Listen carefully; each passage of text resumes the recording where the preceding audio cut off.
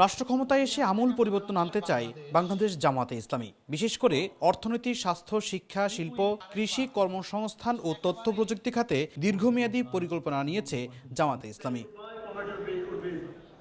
আজ সোমবার রাজধানীর হোটেল ইন্টারকন্টিনেন্টালে দিনব্যাপী অনুষ্ঠিত হয় জামায়াতে ইসলামীর পলিসি সামিট ২০২৬, যেখানে দেশি বিদেশি নাগরিকদের সামনে তুলে ধরা হয় জামাতের এই রাষ্ট্রীয় নীতি।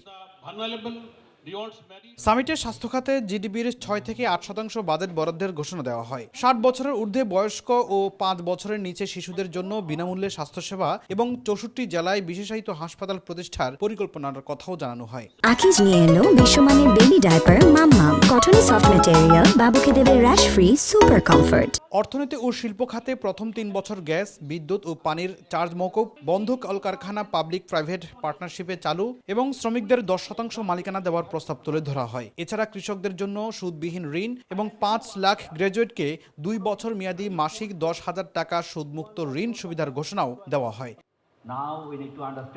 এদিকে তরুণদের জন্য নতুন মন্ত্রণালয় গঠন, ৫ বছরে ১ কোটি দক্ষ জনশক্তি তৈরি এবং প্রতিটি জেলায় ইউথ টেক ল্যাব স্থাপনের পরিকল্পনার কথা জানানো হয়। আইসিটি খাতে ভিশন ২০৪০ ঘোষণা করে ২০৩০ সালের মধ্যে ২০ লাখ আইসিটি চাকরি সৃষ্টি ও $৫ বিলিয়ন রপ্তানি আয়ের লক্ষ্য নির্ধারণ করা হয়।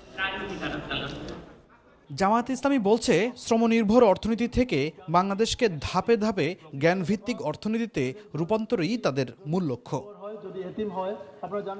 ফখরুল ইসলাম, যুগান্তর নিউজ, ঢাকা।